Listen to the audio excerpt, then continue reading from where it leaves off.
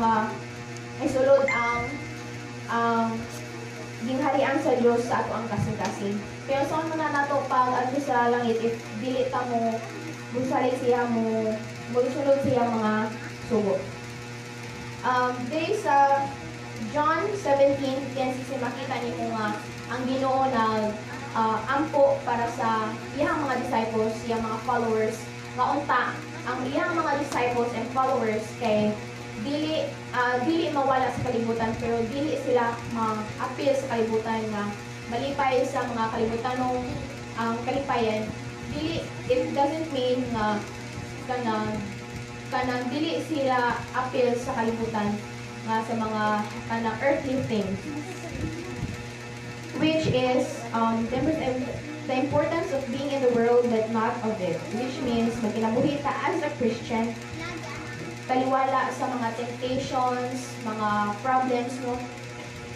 So that is mauna siya ang prayer ni Jesus Christ iyang mga disciples nga mo padayon lang jud ta sa pag salig na kaniya. The importance of living here as if we are already in heaven. Naatay dapat naatay heavenly mindset nga mo influence sa atong actions nga if kanang di ba if nakay heavenly mindset kay murag ang imong actions ma-reflect man sa imong mindset, di ba, kung unti mo mga buhat diri or mong lipang storya, so mara siyang murag kanang magkinabuhi ka diri sa kalibutan as if naka sa langit. So muna siya murag kanang dapat ato as a Christian nga dapat we need to live a Christian life kay aron ma-practice na ta kung ato na ta sa langit. And ato ang mindset, di ba, heavenly. So, ma-shift ang ato ang focus sa mga temporary nga mga kalipayan into sa eternal life sa gingharian sa Diyos. Ikaapat is focus and treasure.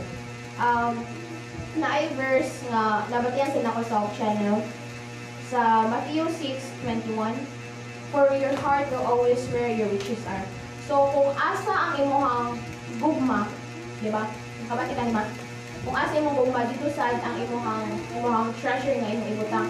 Kung asa nimo ang imong time, dili man ingon nga ang treasure is all about mga materials, it's all about your imong time, imong energy, imong attention. Pwede na siya may imong nato nga treasure.